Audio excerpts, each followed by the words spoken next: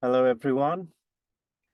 Welcome to our next amazing session. We'll give a 1 minute quickly so that everyone can join. And then we can have an amazing guest expert session with Dr. Minzank. And we will move on to. And in the moment when everyone is joining, why don't you tell us where you all are, attending this interesting masterclass from so that we can engage. We will get to know from where the audience is coming. And yeah, please let us know where you are based. Dr. Minzank is based in UK and I'm based in Germany. So hello from Europe side. Please let us know in chat where all of you are joining from.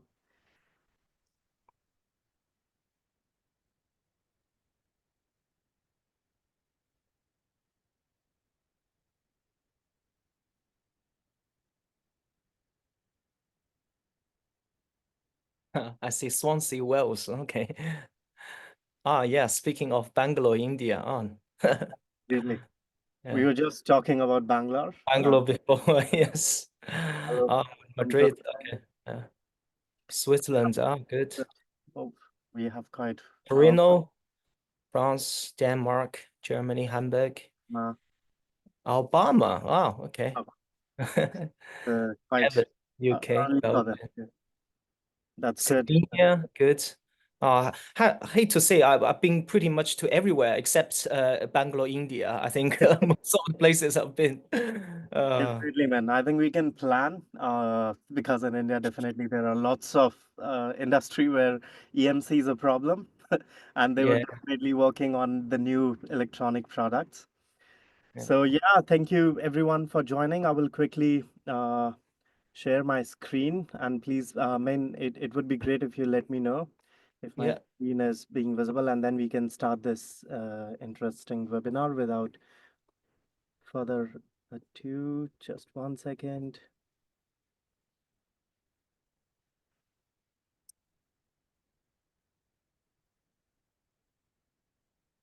So you can see my screen, right? I can see your screen. Yes. Perfect. So yeah, welcome to the Node Zone, my friend. My name is Rahul. I'm co-host of all masterclass series at Denpaflux. Most of the time, I'm trying to manage and also invite lots of guest experts. And other rest of the time, I'm keep spending my time explaining my mom what I do for a living, because it's really hard to explain what EMC is. So that's who I am. And welcome to this inciting session where Dr. Minzang, he's a founder and principal EMC consultant at Mark One Design. And it's a testament of such an incredible EMC insights he has that he currently chairs IEEE EMC chapter for the UK and Ireland branch. Thank you, Dr. Minzank, for joining this session. And without wasting time, I would love to tell about that what this session brings us. So we are Denpaflux. We help design engineers and modern electronics companies to solve EMC issues in AI-infused consulting. We have a platform, and then we also have pool of EMC test labs. So we serve modern electronics companies to solve their EMC challenges. And how we will going to work today? Yes. Why are my filters failing? Dr. Minzang going to show you a demo and slides. Make a question, and I know all the burning questions comes down to you will all get the recording. Other than recording, please feel free to ask other questions to Minzang. And at the end, we will going to have a Q&A session, and we will going to start it. And yes, moving further ado, just quickly, we can have it where I would like to ask everyone. There is one quick session to know about the feelings. I will going to share it because we are here to talking about EMC and EMI challenges. You will see a poll. Please answer it, and I will going to share it with rest of the audience to tell them that how you feel, because it's important to know what other design engineers and electronics companies are feeling. There are three questions or two. How do you feel about your current EMC challenges in project? And how would you rate your EMC principle knowledge? Because it really shows why we are here and what is the goal. And yeah, every month we bring new masterclass sessions. And with each masterclass sessions, we try to make new topics. And experts like Dr. Minzank, who is really busy in their day-to-day life, they take their important segment and important part to showcase their knowledge and exchange it with design engineering community. So we'll give 10 seconds more, Dr. Minzank, and then stage is all yours. Okay. Yeah, we got a lot of participants. People are still voting for the poll. And then we can move to till the moment you can set up your screen, and then we have our session ready. Oh, that's interesting. So 46% of audience feel anxious when it comes to ensuring compliance and reliability. And being an engineering as a background, I do feel the same. When I was doing my degree, no one ever taught me or at least told me to consider EMC in your projects. And when you are in the market, you realize, okay, now I need to consider EMC also about. So thank you everyone for the poll. I will quickly close it, and yeah, I will share the results so that you know. Wow, approximately 60% Dr. Minzang feel frustrated and anxious when it comes to EMC, EMSI feelings. And they are somewhat confident or neutral when it comes to the challenges. So yeah, and thank you everyone for filling out the poll. And you see, you are not alone in this journey. We are all together. And without wasting time, Dr. Minzang, stage is all yours. Okay. Right. Can you all see my screen? Rahul, can you see my screen? Yes. Okay. Okay, so yeah, let's start because today's session is scheduled for together with Q&A about 1 hour, but so we want to spend more time talking about technical things because we are all engineers, I assume. Okay, right. So let's start today's session. So here lists the topics we are going to discuss. So I need to highlight that filter as a subject is a very big subject, right?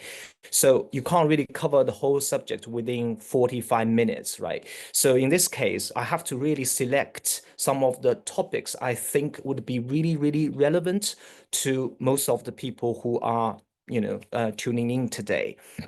Uh, Things like high-speed filters and high-frequency filters for digital circuits. So here we're talking about perhaps you put a ferrite bead or a resistor on the PCB so that your chips now works quite okay talking to the other chip. So these are the high-speed domain, and really you are doing a transmission line design. Okay, so that is not really a filter, but it does the job of filtering the overshoot and damping the ringing and things like that. So that is actually not within the scope of today's discussion.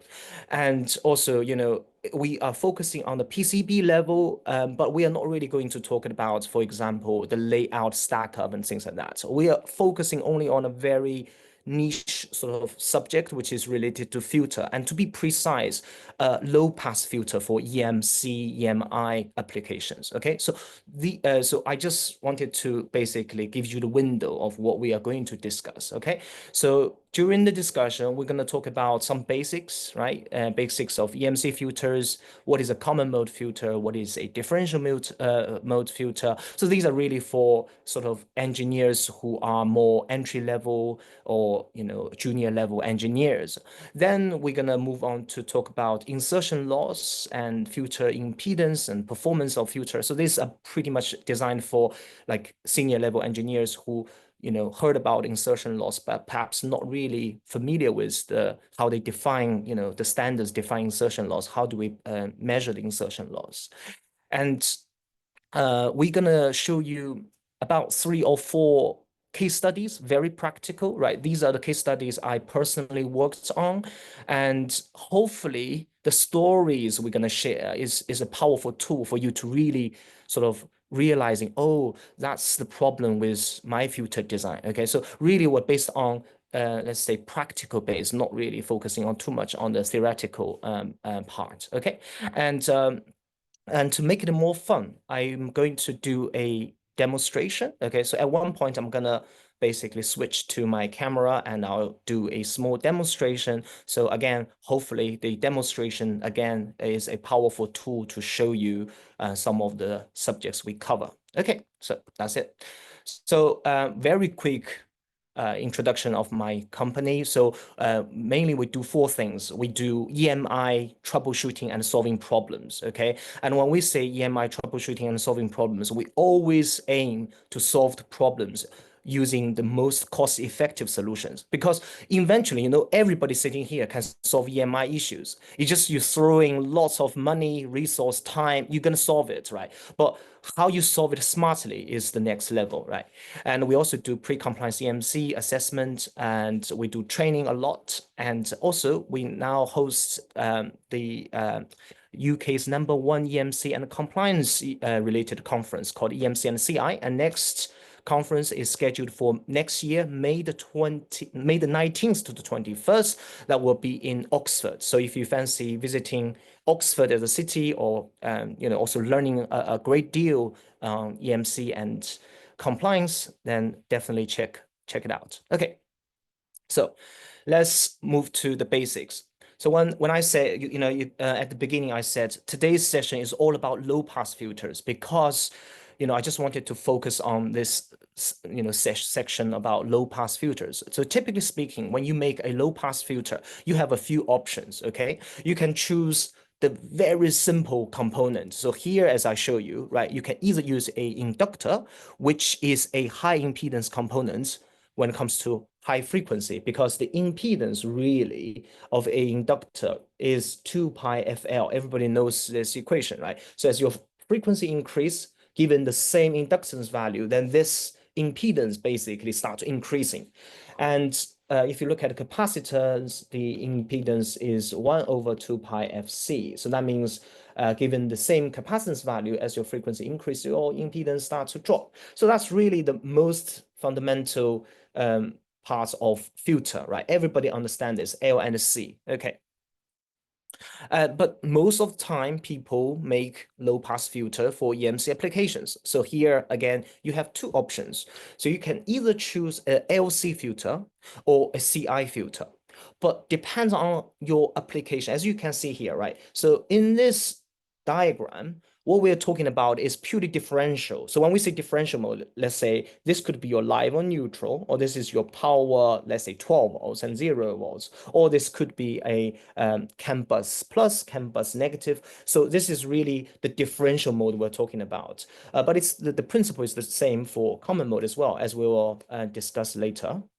But really, you can see the performance of a filter depends actually on two things. One is on the source impedance, okay? And the other one is the load impedance. So yeah, depends on whether it is low high or high low or low low, you could have very different performance, okay? So that's why most of the time people would opt for a more sophisticated filter configuration, such as a pi filter. So in this case, you can see a pi filter consists of CLC, basically forming like a Greek letter pi. And we also can make a T filter. That means you use two inductors and one capacitors, right? One capacitors, and then that's a T filter. Now, you will find most of the time people use pi filter. There are a few occasions people use T filter. And you may wonder why people prefer a pi to a T filter. Okay, so we'll answer that question in this slides. So again, this just quickly show you a simulation results of a pi filter against T filter. Now, there are a few things I need to highlight on this slide. First, let's have a look at the simulation model I built. In this case, I have a source. This represents a noise source, okay? And I have a small resistor. This resistor really just represents the impedance of my source. So in this case, you can say it's 5 ohms, okay? And then I have a load, which in this case is 100 ohm. That means, relatively speaking, is a high impedance load. So in this case, we have a low-high configuration between the source and load. And we are doing a simulation looking at sort of the dB reduction, if you treat it, of a pi filter and of a T filter. But interesting is, right, some of you, especially the sort of senior level engineers, will say, well, man, this is ridiculous. You just built a CLC. You don't even take parasitics into your simulation. Yes, but what I wanted to demonstrate in this simulation is just to really show you the difference when using pi and T. So ignoring the parasitics for now, okay? We're going to discuss that later. But as you can see in this case, when you have a low-high configuration, that pi filter actually performs better than T filter. But when you have a sort of a high-low, relatively speaking, configuration, then pi and T perform very similar, okay? And some of you may also spot right here, if you look at this region here, you can see that sometimes, I mean, in this case, it's not bad because even in the worst case, let's say at 21 kilohertz or 22 kilohertz, you have almost like no effects of this filter.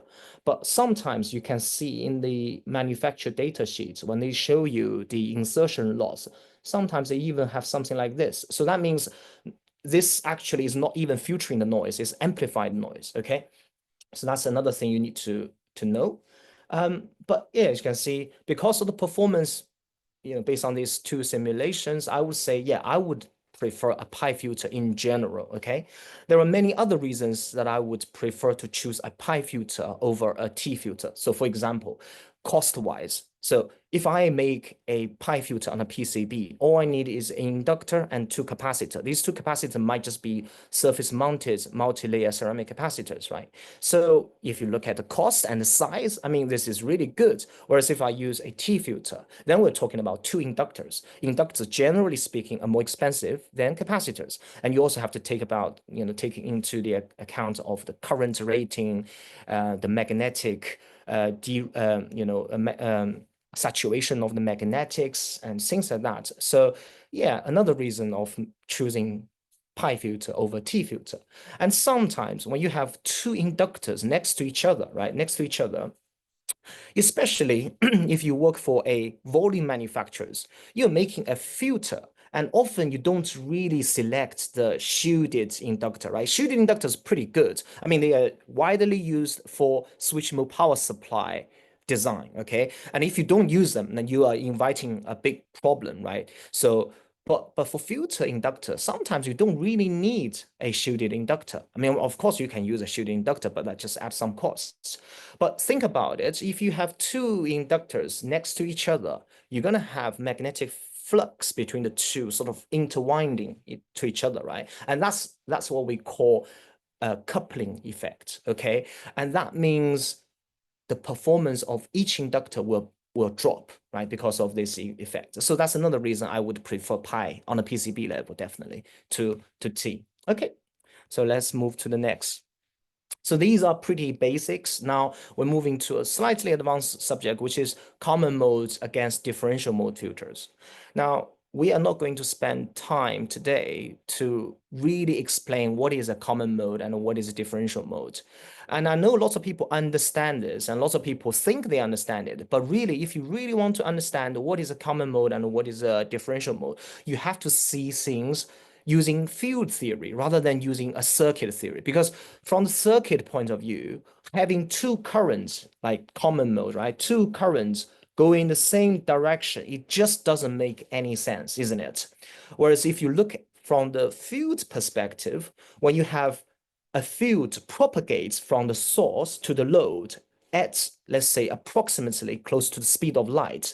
And then that current is just a byproduct. It's a tailing current behind the wavefront. Then you will understand, right? You can cause common mode current flow on the surface, most of the time on the surface of the conductors. And then the return path would be either a chassis or earth or some cable nearby, right? So that's basically what we mean by common mode against differential mode. But as you can see from this diagram, that to make a filter to work for differential mode is actually pretty easy, right? So here you can see it's a pi filter as we explained, and you can see on a evaluation board, this is a MPS evaluation board for a power supply product. And you can see here they have two capacitor and one inductor. So that is the differential mode filter for the noise. And for the common mode, you just make very similar topology, but rather than using an inductor, you use a common mode choke. And rather than using a capacitor between the lines, you use capacitor to chassis or capacitors to earth, right? Depends on how you call it. Yeah, so you can see here is a common mode choke. This is another one. And these two caps here are the common mode capacitors. So they sort of diverts the RF currents go to the earth, and then sometimes they collect the currents so they don't propagate to the wires, which could lead to conducting emission or radiating emission. So that's their jobs, really. Okay. Right. So speaking of common modes and common mode filters, now this is something really interesting, and I like to spend some time talking about it. Remember on the first slides, I said the performance, the performance of your filter depends really on the source impedance and load impedance. Now, this is actually quite easy if you have a differential circuit, right? So for example, I just draw a very simple buck converter here, let's say. So if I have a buck converter, I have a input capacitor, I have a switch, I have another switch, and I have a LC filter here, and this is my load. Okay, so if I want to design a differential mode filter, right, then I will look at the differential impedance, source impedance. Actually, in this case, the source impedance is here because that's where it's generating the noise, and the load impedance is here. So if I, for example, connected this to a battery, then my load actually has very low impedance, and this because this is a power supply, and often power supply is low impedance as well. So it's like low, for example, but this is easy for differential mode design. How about common mode? Because common mode impedance really is, now if I draw another reference, which is, let's say, called test grounds. So people who have been to the EMC test house will understand that your DUT will be placed on an installation support, and there will be a test ground plane. And that test ground plane is often where you measure the noise, right? So now you could have a few configuration here. The PCB may actually, like this PCB, for example, sits on insulation support, has no electric connection to the test ground. So what you get really is between the DUT, the device on the test, and the test ground plane, there's a what we call parasitic capacitance there. Okay. Again, you can treat as a parasitic capacitance, and you have some impedance value there. But you know that this impedance value actually changes with frequency. It's not like a resistor, isn't it? So you have an unknown, let's say, source impedance. Now, the same is true for the loads, because this side you could test it using a listen. Well, having a listen is actually pretty good because you have a given impedance, given common mode impedance, and also given differential mode impedance. But this is just to pass EMC tests. But most of the time, for example, in real application, your load common mode impedance, again, is really an unknown factor. You could have the load, for example, if it's a battery, for example, and the battery negative is also connected to the test ground plane, let's say, or chassis, then your impedance will be different compared without this connection, simply just the battery positive connected to the circuit and negative to this, right? So from the common mode impedance point of view, it is extremely difficult to sort of calculate or estimate both the source impedance and the load impedance, okay? So this is the first point we want to stress. And on top of that, there's another issue, okay? As demonstrated in this very simple example, okay? I have my buck converter sits on top of the insulation support, and I have 20, 30 centimeter long wire connected, in this case, to the lizard. Now, if you are familiar with RF engineering, or if you're not familiar, I can easily explain, right?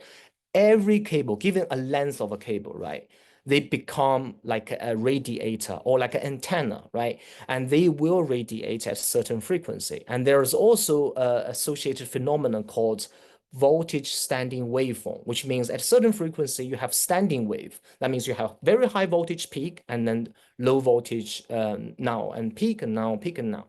So that, if you now build this cable model into the whole circuit, then you will see the situation becomes even more complicated, because now you're going to introduce this resonance phenomena, okay? And this resonance phenomena will also cause the source impedance to change. And in a sense, it's like now your source impedance becomes like a resonant impedance, because as the frequency change, right, it could go low and high and low and high.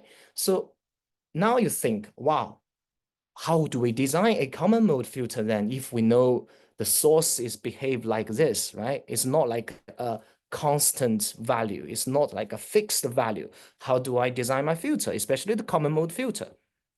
Okay, so now moving to insertion loss. Now, so I just need to check time to make sure that, okay, so we still have 20 to 25 minutes. Okay, so insertion loss really is the sort of a manufacturer perform a test, and then they will supply you a data sheet, and the data sheet is often showing insertion loss. And as you can see here, this is a Schaffner filter. It's already discontinued, but I would like to use this as an example. You can see that the manufacturer actually gave you 4 curves. Okay, you got A, B, C, and D. So what does this mean then? First, if you look at the frequency for this particular filter, it starts with 10K and stop at 30 megahertz. So you know that this filter is most likely made for sort of commercial and industrial application, because for the conducted emission test, we often start from 150K, sometimes from 9K, and we stop at 30 megahertz. So this filter is designed for that purpose. And yeah, the manufacturer tests differential mode, they test common mode, but under what conditions? Well, the condition they test is using 50 ohm as the source impedance, right? And 50 ohm as the load impedance, right? Fixed value, 50 ohm, 50 ohm. That's easy. That's why you can have A and B and look at the performance. They have 70 dB reduction. 70 dB is a lot of reduction, right? We're talking about, for example, if you have 1000 volts, now it becomes 1 volts. That's the level we're talking about, right? But if you look at C and D, right, which is more representative and close to, you know, our real-time application, is that you could have a very low impedance as the source and a high impedance at the load, or it could be the other way around: high impedance at the load, high impedance at the source and low impedance at the load. Now you see the performance start to become different. And in this case, they didn't even test beyond the 1 megahertz, only to 1 megahertz. So if you want to use in this frequency range, you actually don't know, right? The manufacturer simply did not supply that information. Okay, so how did the manufacturers test this, right? So here we can have a look. But before we have a look, let's just have a very quick explanation of the filter performance. So in this case, you can see this is the schematics of the filter. It consists of differential mode capacitor and common mode choke, then common mode capacitors, because this is the earth or chassis, and then again, differential mode caps, and then common mode choke. Okay, so it is a what we call multi-stage filter, and in this case, the multi-stage filter is designed in a way, okay, to cover both the differential mode and common mode. So how does it actually work? If you look at the common mode equivalent circuit, it makes sense because here we have a common mode choke. Here we have another common mode choke. So if I draw it, I have one common mode filtering, then another common mode impedance here, and I have capacitors in between. Of course, it's the common mode caps, so I can draw it here. So this is really the equivalent circuit for my common mode filtering of this filter. Now, if you look at the differential modes equivalent circuit, now this is interesting because in a sense, we can easily spot the differential mode capacitor, right? So here you have the differential mode capacitor. Here you have another differential mode capacitor. But where is the differential mode inductor then? Well, in this case, if you open up the filter module, chances are you will see that the common mode chokes they use in this type of filter is always a sectional wounded common mode choke. By having a sectional wounded common mode choke, you actually have some leakage inductance. This leakage inductance often is like 1%, right? Sometimes it's a little bit higher, but most of the time 1%. But that small amount of leakage inductance actually works quite well with the 2 differential mode capacitors. So this is my differential mode equivalent circuit of this filter module. Okay.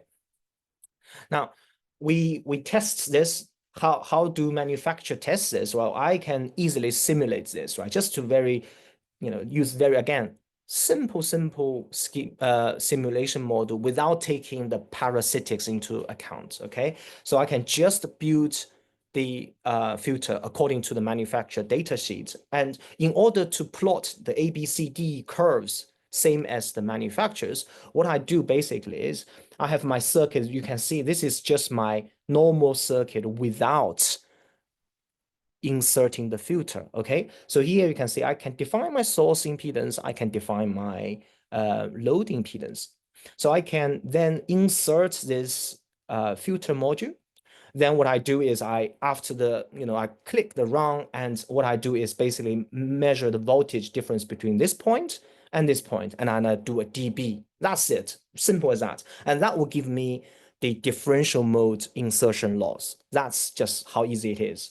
For common mode, again, same circuit here, but if I want to simulate the common mode performance, I just need to connect the negative to the positive, negative to the positive, and I run a simulation. Again, I basically probe this point and then probe this point and then look at the voltage difference. And if you build a similar simulation model and you run the tests, now you will get results something like this. Of course, this is very far off compared with the manufacturer data sheet. So what's been going on? Well, as the senior engineers would probably have pointed out at the beginning of the session, saying you forgot one important thing, taking the parasitics component into account, okay? So here you can see I now put all the parasitics. So parasitics basically means if I have a capacitor, I will add some ESR and ESL. So if you're not familiar with these terms, Google it yourself, okay? And then if I have common mode choke, I would add a little bit damping. So you can see here, I have some damping resistors. I would also add some capacitance. What are these capacitance? These capacitance are so-called interwinding capacitance. So these represents the capacitance between the winding to winding itself. And that is important because at high frequency, these would dominate. So that means at high frequency, your common mode choke, the performance of it will start to decrease. Okay. So now, anyway, I put everything into this simulation model, and guess what? I can now get to a very good simulation result compared to the manufacturer data sheets. So the reason I show you this simulation model is because I wanted to explain the importance of parasitics. As you can see, if you don't take parasitics into your calculation, for example, at the design stage, you will make mistakes. Another interesting to talk about this simulation is just to really show you how manufacturers typically test, how do they test their filters, really. Okay. Right. So now let's share some of the real life lessons learned, let's say. Okay. So case study 1, right? So this is a very big product. Okay. So not, I know the subject today is saying PCB level, but this is definitely not PCB level. But the lessons can be drawn, right? And you can apply on the PCB. So in this case, as you can see, right, the conducted emission performed on this big unit shows that it fails at multiple frequency points.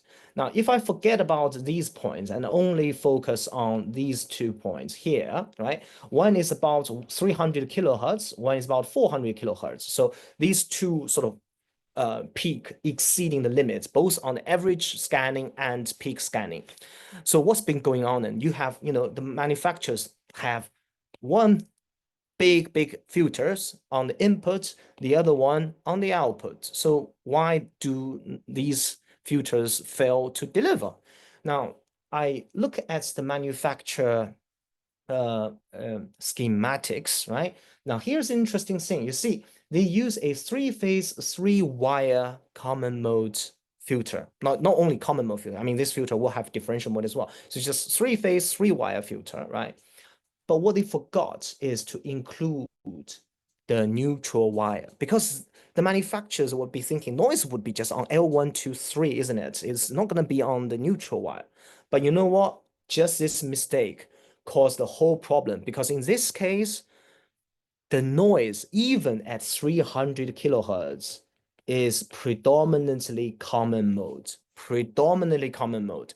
This is also a contrast to lots of people think, because many people would be thinking Below 1 megahertz, we are dealing with differential mode noise. Above 1 megahertz is more common mode noise. I mean, you can use that rule of thumb on a PCB level, but in this kind of products, when the power level is very high, all the switching devices are mounted on the heat sink, and that heat sink is for safety reasons, earth. So the situation is very different. Okay, so we're talking about a very high level, low common mode noise. So in this case, right, so if you don't filter the neutral wire, now your filter basically failed to work. Okay, so that's a lesson learned. So in this case, we would say this is the neutral wire bypass the noise. So that's the common modes. Oh, so that's the filter simply stopped to work. Okay, so that's case study 1. Look at case study 2, that's more on the PCB level, right? And you can see this is an interesting one because the design engineers simply throwing every type of filter components. As you can see here, they have many Y caps to earth, differential caps, then differential caps, then common mode choke, everything chopped in together. And then they failed both the radiated emission and conducting emission. And guess what? And this is always the first thing I do is I remove one of the common mode choke. And guess what happens? The performance of the emission, if you just look at the emission results, whether it is conducted or radiated, actually improved. So this is puzzling, right? Because you throw in a very good and expensive common mode choke, and then you find actually you get worse results. And remember what we said in the beginning? If you look at this type of common mode choke, this is what we call sectional wounded common mode choke. They have a leakage inductance. And same is with this one. When you have two common mode choke sit next to each other, they're going to interfere with each other. Therefore, they could also create a resonance issue, right? So often you see the result will be like this. And this resonance is most likely caused by the common mode chokes interacting with each other, okay? But in this case, I also wanted to highlight another issue, which is when you are doing the filter design, and especially when you are playing with the filters, right? So in this case, for example, you can change another common mode choke to an inductor, for example, and you can do it, but just bear in mind that the ground will have a big impact on your noise, right? Because, for example, this filter is really here in this area, okay? Now you can see here, we have a low voltage ground, we have another middle ground, and we have the earthing ground. Now, it depends on how you connect these grounds, your noise will flow unexpectedly and uncontrollably, right? So for example, you could design some filter components, then you play with the grounds, then you will find sometimes the RF current will use this, sometimes RF current will use this and use this. So the filter actually have to work with your grounding strategy. So the lesson learned in this case is first, you're gonna definitely define your ground strategy, right? From the beginning, how many grounding points you're gonna apply and make sure that you apply really good grounding techniques, then you work on the filter. Because without a clear ground strategy, you often just mess with the filters and you can't achieve what you want to achieve. Okay. Right. Case study 3 is actually related to a test setup. Okay, so this is an interesting one, right? I can quickly explain what happened. This is a module, right? Having a metallic housing grounded to the test ground plane, right? Looks perfect, right? And it failed the EFT burst test. What is an EFT burst test for people who don't know the test? Really, it's just this machine here generates a pulse, and this pulse is high frequency. We're talking about rise time about 5 nanoseconds, fall time of 15 nanoseconds, and this could be 1 kV, 2 kV, depends on the test level. So it generates lots of pulses into the system. But you know what? This is through the mains cable, right? But here, I looked it up, right? I opened the cage and I found there's a really, really good filter there. We're talking about Schaffner or shutter level filter component. So if you look at the manufacturing data sheet and you look at how they implemented in this module, you would be puzzled thinking, how come that it failed the the EFT and the burst test, right? So in this case, the manufacturer found me, and we basically went through all the details until at one point I realized a shocking fact, right? So let's have a look. So if you look at it, the generator, the pulse generator, is bonded to the test ground plane using a short braided wire. So that's pretty good, right? If you look at um, the standard, this is the short braided wire from the generator bonded to the test ground plane. Now you also notice on the standards that the DUT, if it's a metallic enclosure and in its application needs to be bonded, then you also ground it using a short braided wire. So what's been going on then? Well, so if you have a look at here, there is a very thin braided wire. So rather than using a short wire, somehow the test engineer, for whatever the reason, started using a long wire and not grounding to the test ground plane here, but rather grounding to the test ground plane to the wall. Well, I mean, if you ask the test engineers, he will probably say, look, everything is connected electrically, so we're talking about one ground. But what is in his mind is he's thinking of the resistance point of view, right? So if you measure using a resistance like ohm meter, yeah, you show low resistance value. So you think this test ground plane has the same ground potential as the wall, right? But it's not the case, because in this case, the length of the wire becomes a big inductor, So what really happened in this case is, look, this is a very simple explanation of the situation, right? So suppose you have a transient current going to the test ground plane, because that's how you want the transient current to go, right? And you have a good filter, as I mentioned here, to block most of the noise. What happened is, as the current going through this long wire, right, it will generate magnetic and electric fields. Now, if you look at the Ethernet lead, which is showing here, right, it's the green cable, is actually quite close in this electromagnetic field region, okay? So this is the problem. During the transient test, this pulse field cause current, right, to flow on the Ethernet cable. And eventually, it's actually this current showing here on the Ethernet cable causing the immunity issue, okay? So that's the lesson learned. Okay, so we're quickly gonna jump into a quick demonstration. But before that, I just quickly wanted to mention that designs that low pass filters often cannot fix.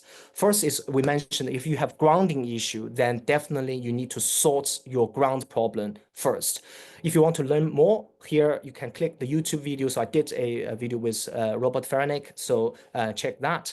Structural resonance, that often is difficult to fix using a filter component, because think about it, a filter, you're adding L and C all the time. And if there's a very strong resonance in the circuit, then adding more L and C, it will probably just shift that resonance frequency rather than dampen it, okay? So another case study you can find on YouTube video. And mentioned before, if it's a high digital circuit that you really need to solve on the PCB design level, then filters don't help, right? So in this case, you can see I'm working on a system on chip, and this is really just what I did. But essentially, I'm making a strip line PCB design, and then we fix the problem. Then, you know, the manufacturers took this and then they redo the PCB layout and fix the problem. And in this case, again, you can't solve the problem using any filters, okay? Leaky enclosure, the same, okay? We're gonna skip this side. Basically, this side explain what we just said about bifilar wounded common mode choke against sectional wounded common mode choke. So this is the sectional wounded common mode choke that has more leakage inductance, okay? And let me check. Yeah, I still have, let's say, 5 minutes. In this case, I just show you a typical design of selecting common mode choke. So you can see here, this is a sectional wounded common mode choke. They use flat wire winding for the benefits that, most of the times the currents for high frequency, they will have skin effects. So flat wire winding is a lot better compared to the normal winding. And in fact, there are some studies suggest that even for the RF performance, flat wire winding also slightly helps in the higher frequency range. But really, if you want to filter higher frequency, because the problem with this is still you can see lots of windings stack up, right? So you're going to have lots of capacitance. This is what we call the interwinding capacitance. So that means this common mode choke will fail to work when the frequency perhaps is pushing to, let's say, 30 megahertz, 60 megahertz. And what you're going to do with the higher sort of frequency performance, you're going to use bifilar wounded common mode choke, right? And less turns. So in this case, if you count the number of turns, it will be less than 6 or 7 turns. Okay, so the demonstration we're going to perform is very interesting. And again, I just wanted to demonstrate one point. Okay, so let's have a look. This is the PCB I make, okay? Remember we said it all depends on the impedance. You could have a source impedance and load impedance. They have different value. So in this case, I have two paths, right? On top is low configuration. So 18 ohms on the source, 18 ohms on the load. On the bottom, I have high impedance, 180 and 180, and that's it. And now I can place a filter I designed, right, like this. This is, you can see, this is a multi-stage filter, consists of C, L, C, L, C, L, C, right? And what I'm gonna do is mount the small filter PCB on this main PCB, let's see, and see what happens in terms of the insertion loss. Okay, so let's have a look. Remember the parasitics again. Here I'm just going to rush through, right? You can sort of build the whole circuit in a simulation model very accurately. So here you can see I basically pulling all the manufacturer data sheets from these components manufacturers. So I have 3 inductors. I have all the values I need to build a very accurate simulation model. And again, for the capacitors, I use Worth Electronics capacitors. So I use Red Expert, and then basically I have all this information, right? So what I did next is, you can see this is a circuit, right, I built. So in this case, here's the source impedance, here's the load impedance, and this is really my accurately built simulation model of my filter, right? Remember that little PCB, this is what I built. Okay, now question is, if we run the simulation, guess what? The simulation software predicts the result. Okay, so this is the simulation results prediction. Okay, let's just have a very brief look at it. Basically, it tells me this filter, if it works, right, it will have almost 250 dB reduction sort of in this frequency range. That's brilliant, isn't it? 200 dB. You never seen this on the data sheet, right? So why? Can I trust these results? If I can't trust the results, what's the real, situation, real life situation looks like, right? So let's have a look. So this is the actual result I measured using a spectral analyzer with a tracking generator. Okay, and so you can see, right, there's a big difference. There's a big difference. And the real results, especially if you look at sort of the 20 to 100 megahertz range, this is nowhere near it. Nowhere near it. Okay, so what's been going on then? Now, if you look at how I connect the filter board to the main board, this is the connection. So I have about 12 pins, and these pins are basically like a spring pins, so they can push. And remember, there's a simple rule that you can use. Basically says for every given a loop geometry, right? For every 1 centimeter long wire, you introduce about 10 nanohenry inductance. So I can tell you these pins is about 600 millimeters. So not 600 millimeters, 60 millimeters. So 0.6 centimeters long, let's say. No, actually, yeah. 0.6 centimeter long, not 60 millimeters. 60 millimeters is 6 centimeters. Yeah, 0.6 centimeters. So I can actually estimate the total inductance of these ground connection. Okay, so now I put 600 pico inductance in my simulation model. Okay, so that's the only difference that I make on this simulation model. Now, what's going to happen next? Let's have a look. You see, this green trace is the result, okay, when I started to simulate with the ground connection. If you look at the shape of the grain trace and compare it with what we measure, that's pretty close, isn't it? Okay, so knowing this, let's do our final demonstration, and then we can close this session and having some Q&A. So I'm gonna basically switching my camera. Okay, so let's try it. I'm gonna have my camera open, then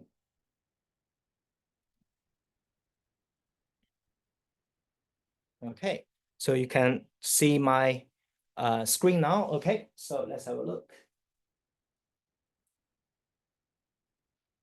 Right, so you can see this is the circuit I mentioned, right? Now, the trick I wanted to demonstrate really is, you can see here I have some plastics, so I can basically cover the ground pins, right, as I wish. So we'll start with one grounding pins, okay, of this filter. So now I'm gonna put the filters on this circuit, but only have one ground pin connection, okay.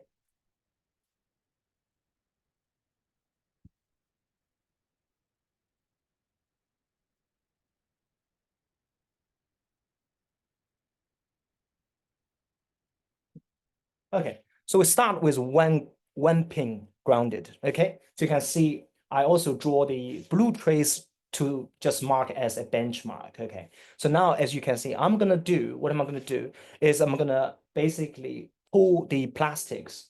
So every time I pull it, you get more grounding connections between the filter and the circuit, okay? So just watch this and also look at the trace, see what happens. So now, so I'm taking perhaps 2 or 3. You see the filter performance already start to improving. It's about 3 or 4 dB just by adding 2 more connections. Now I can do more, I can do more. Every time I add more ground pins, you see the performance is getting slightly better. And another thing I wanted to highlight is, if you look at the frequency range in this case, we're starting from 1 megahertz and we stop at 1 gigahertz. Look, if you can improve the grounding connection on your PCB between the filter and your PCB, we're talking about a wide range of performance from 1 megahertz to 1 gigahertz, okay? So this is pretty good. Then I can just keep going. See, now this is when 12 pins all connected. You see, it's about 10 dB difference, 10 dB difference between one ground connection and 12 ground connection, okay? So that's our first demonstration. There's another one. Let's just do it quickly and then we can close it. So the next one is, I wanted to highlight when you make a filter, right? So if you look at this, I have 2 capacitors, the same value, but look at how I mounted on my PCB. So one is short leads to ground, to the board. One has long leg, okay? Because of the time constraint today, so I'm only going to demonstrate one demo here. Okay, so you can see here I put it in, and you can see there's a resonance frequency. That's really what this capacitor sort of works in a frequency of 25 megahertz. But if I change this jumper to this shorter one, you will see the resonance frequency will shift to a higher frequency. The point we wanted to make is really that if you know that this would work at certain frequency, then the layout is important.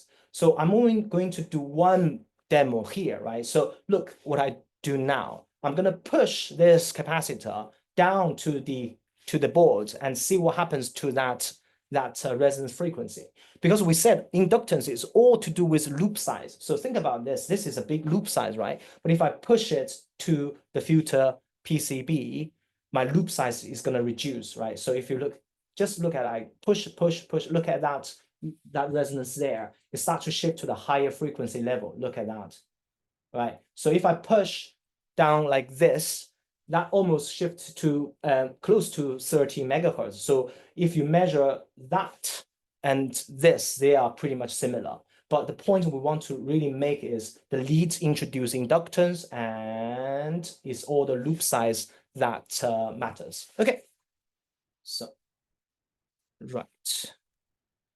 Okay, so I think that's pretty much that's it. Let's just have a look. Yeah, so here is a case study I'm not gonna mention yet. So we mentioned the lead inductance. And yeah, finally to close it, I mean, again, I rushed this through because, as I mentioned, it's a big subject. But here I show you some useful resources, so you can always check these resources out after the presentation. So now I'm gonna hand it to Rahul, and we're gonna answer some Q&A. Thank you. Yeah, thank you, Dr. Menzang. I think that this was really insightful. And I believe our attendees might look for second part of the series to make sure we continue that. But we'll talk about it later. And thank you, everyone. The two steps are needed is to give you a quick demo on what Denpaflux does. If you haven't heard about Denpaflux, who we are, and then we jump on Q&As. Dr. Menzak, there are lots of questions being asked. I think people are really curious to answer it. So till the moment I'll share my screen and I can see that, okay, what Denpaflux do, and then we can quickly move to our Q&A. So if you haven't heard about it, yep, you can always visit our website called www.denpaflux.com. We are trying to change the way we solve EMC issues. And as Dr. mentioned, that considering EMC issues and at an early stage is important, because then the cost which is attained to the later development is quite huge when you start solving EMC after the fabrication. So what we can do is we log in account. So this is a demo platform. Everyone can create an account. You will find a demo file you can play with. But without wasting time, I will quickly show you an iterative approach. So we use an iterative approach. Once you upload any kind of design file, you're working on an Altium design, PCB docs, schematic system level. So once you upload your file, our algorithm lists out all the potential EMC issues. But not all EMC issues are critical to solve your EMC challenges. And one of our EMC experts, like Dr. Minzang, take cares and make sure that only the critical ones are assigned to your projects. And once the iteration is complete, you will going to see it on the platform. So what happened is we created our own EMC visualizer. We are first in the kind of market. And what our platform does is you upload your file. We create a visualization where EMC issues are likely to happen. And we categorize them on different categories. If it's a decoupling capacitor issue, so you click on decoupling capacitor issue and it critically highlights the pain point on your design board. And not only does, like unlike other platforms that exist, we took one step ahead. We tell you the reasoning, how to solve this detection. And then we also tell you the recommendation, how to implement it. So what happens is when you start working on these implementations, you can use this continuous iterative approach. You make the changes, you upload your file again, and in a couple of iterations, you will have your board healthy. And then you can see, okay, now I can, solve EMC challenges in my weekly life, not in years or monthly packages. And you don't need to consider it after the fabrication is done. So this is how we accept and work on different kind of files. We work with any kind of breakouts and schematics file as well. And then, yes, we can also show if this design is at risk, if this design is needed iterations, or it's very critical if it's on the base side. So you can upload it. There is a demo file to play with. And then based on that, you can always work around. And yeah, if you have further questions, talk to our team. We are happy to answer that. You can also ask more potential questions related to it. On our website, there is a self-sign NDA because I assume you all are working on very much IP rights and important segments. So please sign your NDAs. It's a self-sign. You fill out information, you will receive an NDA, and then you can discuss your designs. And yes, moving forward, we can now go on to the session, which Q&A part. Everyone is looking forward. Menzang, we have a lot of questions. I hope you have 10 minutes to spare us, and then we can. So we can start with, yeah. Can anybody see my screen now? Yes, we can. Okay, so I like Blackboard. So let's try Blackboard. That's okay. Yeah, so if you read questions, I can try to exactly, answer. and from your side also, you can see. So we'll start with Q&A, and then I'll pick some questions from the chat as well, because I see a lot of questions are in chat as well. So the first question is related to the slide common versus differential mode filters. Mhm. You mentioned on the PCB there are two CMCs in the yellow rectangular, but Yeah. on the schematic is only one, right? Actually, the PCB shows a good approach where one CMC is for HF noise with lower count winding. And I think you need to read, yeah. So it's quite tricky. In which case this trick with two CMC range will not Yes, work. this one, yeah. So in this case, the CMC there are two, but yeah, but we only show one here. That's right. Yeah, yeah. Yeah, and he's That's yeah. asking in which case this situation with two CMC for HF and LF range will not work. Is there any cases? Yes, so that's a good question because this is not only what I observed. So this year in the United States, I had the pleasure of chatting with Dr. Todd Hubin, and he also mentioned that he's seen lots of issues when people using common mode chokes, and particularly if you're using more than one, let's say two, and you could always have a risk of creating the resonance we mentioned. So in this case, as you can see that if you want to use a sort of two common mode chokes approach, it's okay, but the layout becomes important, right? And also the components you select. So for example, in this case, the chances of these two sort of interact with each other is not big because, as I mentioned, the bifilar wounded common mode choke in theory has really, really small leakage inductance. We're talking about 0.1%. And particularly if you look at the board design, you will find manufacturers tend to leave some space between the two. So, like those two common mode chokes we show you as the bad example, they are next to each other. So of course, it's all about field, and field is in the space, right? So if you just keep them a little bit further apart, then the chances of them sort of interacting with each other is then reduced. Okay, so that's the first question. Yeah, thank you, man. So the next question is from Saeed, and I'll pick one. How a single resistor which has constant S21 with regards to frequency is considered as LPF? Do we assume that the load has always a parallel capacitor, or there's always a parallel parasitic capacitor, which in combination to series resistor constitute an LPF? Yeah, I mean, this is a very complex subject. And I also seen on the comments that people ask if there is any mathematical model there. Exactly. I'm pretty sure there are. You can really get to the bottom of it if you are interested in it. But I often ask the same question, right? Especially when I doing a review, is that can you really afford to use the time resource to build this, right? This is another interesting thing is like this year I've been to different EMC conference worldwide. I've been to the States, I've been to Belgium for Europe, I've been to the UK one. So in Europe, during the presentation, there are some people, right? They come from a sort of 3D simulation company, and then they do this really, really good simulation model and 3D one, and then they show you is the impedance and this sort of the interference between two components. But I can tell they spend ages just to getting the numbers right. And I said, look, I can spend a month doing this, or I could just spend an afternoon doing it on a PCB level and fix the problem. So what's the point of getting to all these subtle details? I think the answer to this question is definitely yes, you can build it, you can simulate it, you can model it, you can build a mathematical model out of it. But I would question the practicality of doing so, right? Eventually, EMC is not really a design. You design taking EMC into consideration, but your main job is to get the product into the market. Yeah. Our next question is from Alexis. We can see that all depend on the load impedance when we Yeah. want to do EMC filtering.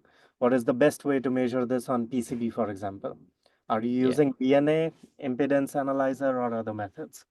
Yeah. So I also saw the comment saying, can we use Bolt 500 to measure the impedance. I mean, you can measure impedance for sure. The difference between a VNA and a Bode 500 or is a Bode 100, I can't remember the number now, but it's, the Bode measurement is a high impedance measurement and the VNA is a low impedance measurement. So we're talking about 50-50 ohm system against mega ohm system, right? So yeah, you can get different results simply because again, the impedance are different.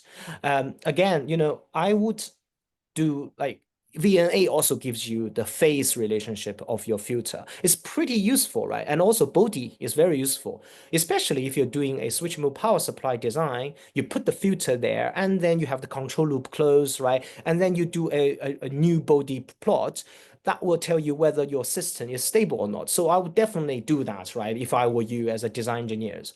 But often for people who are not specialized in power supply design and they just want to have a quick result, I would just get a spectral analyzer with a tracking generator. It's not a VNA, but it's a scalar analysis. You can, just look at the amplitude. It will give you some good information. But yeah, that's my answer to that. Yeah.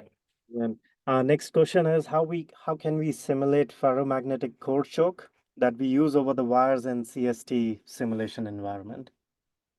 Yeah. So Yeah. CST Studio or the other one, we all know what's can't remember. But all these 3D simulation is good. As I said, if you are a EMC simulation engineer specializing in this field, go for it.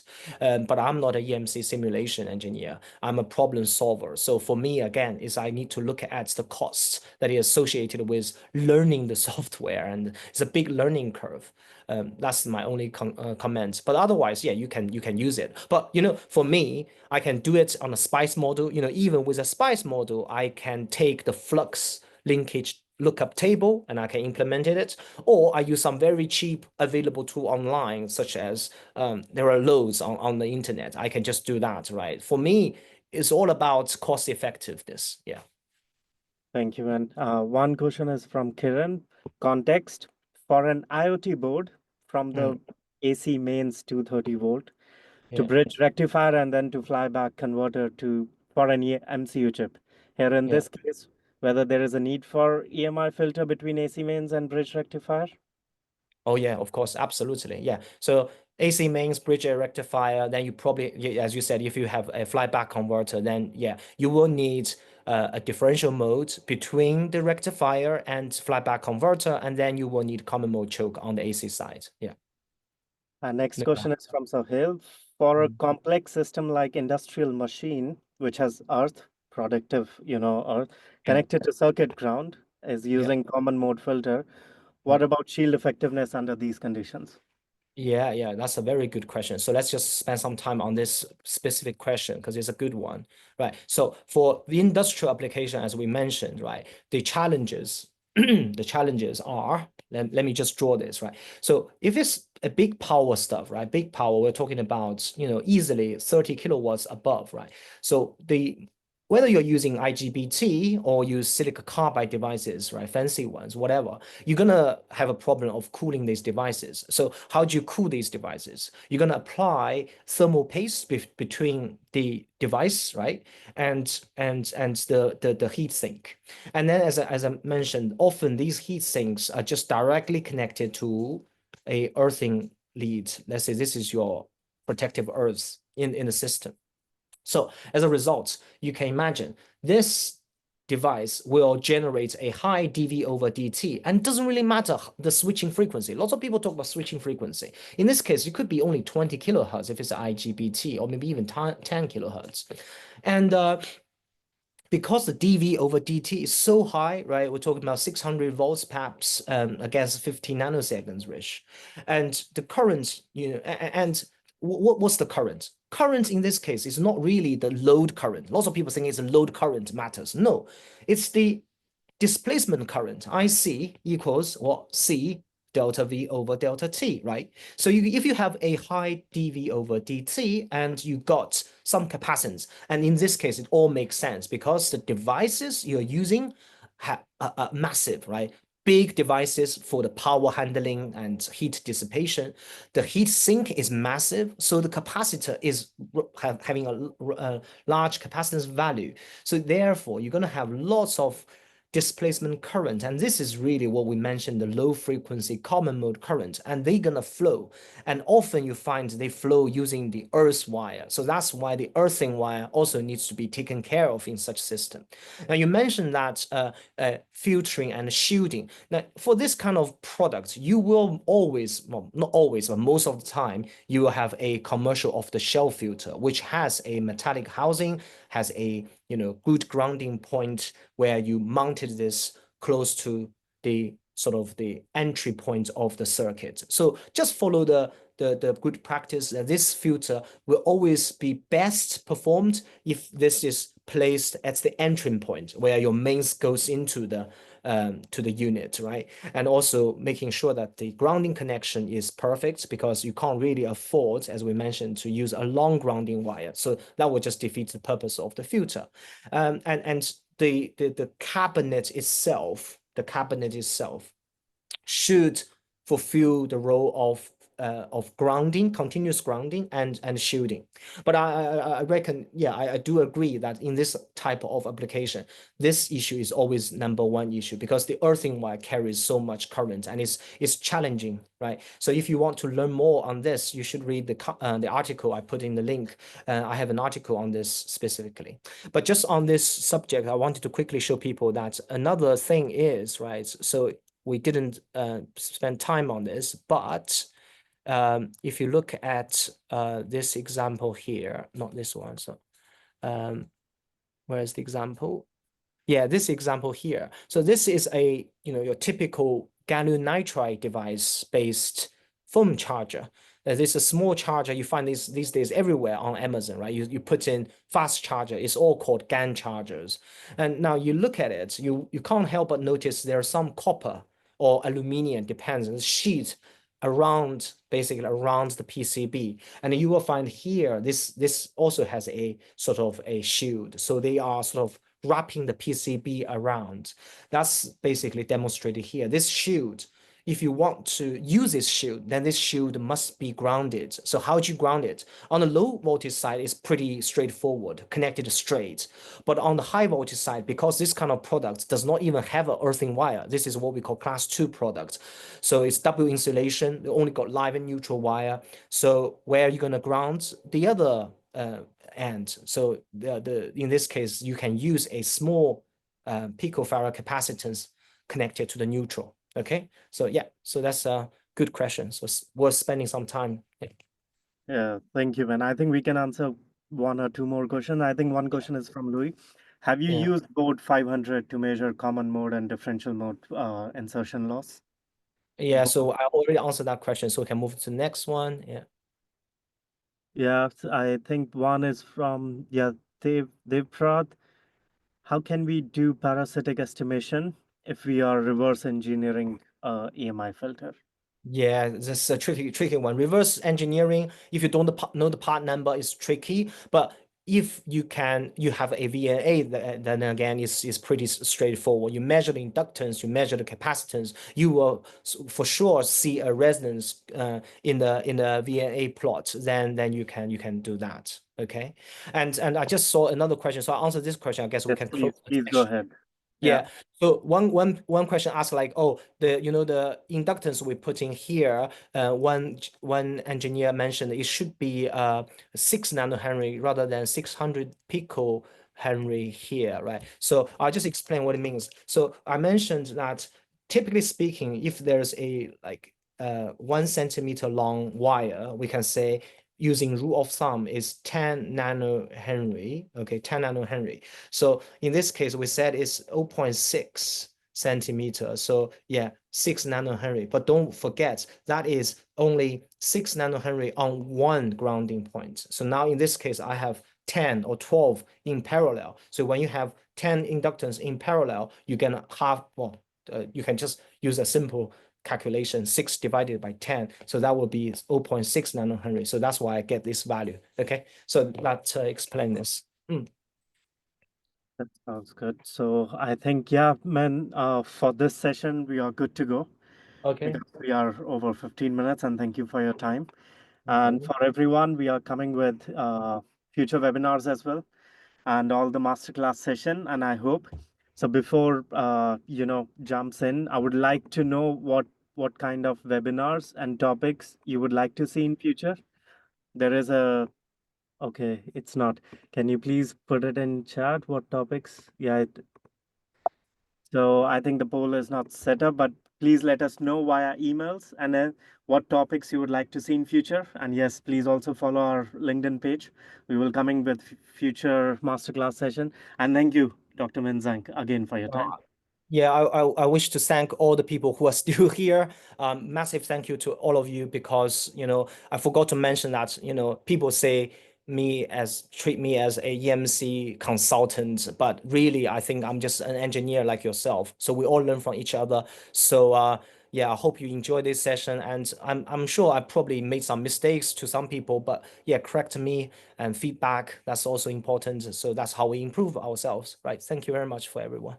Yeah. Yeah, likewise, likewise. Please stay continue and we'll share recordings in coming days. Give us some time. Our team will prepare the recording because I always get that. Thank you, everyone. Thank you so much for joining it. Have a nice Okay. day and have a nice evening. Bye. Bye bye.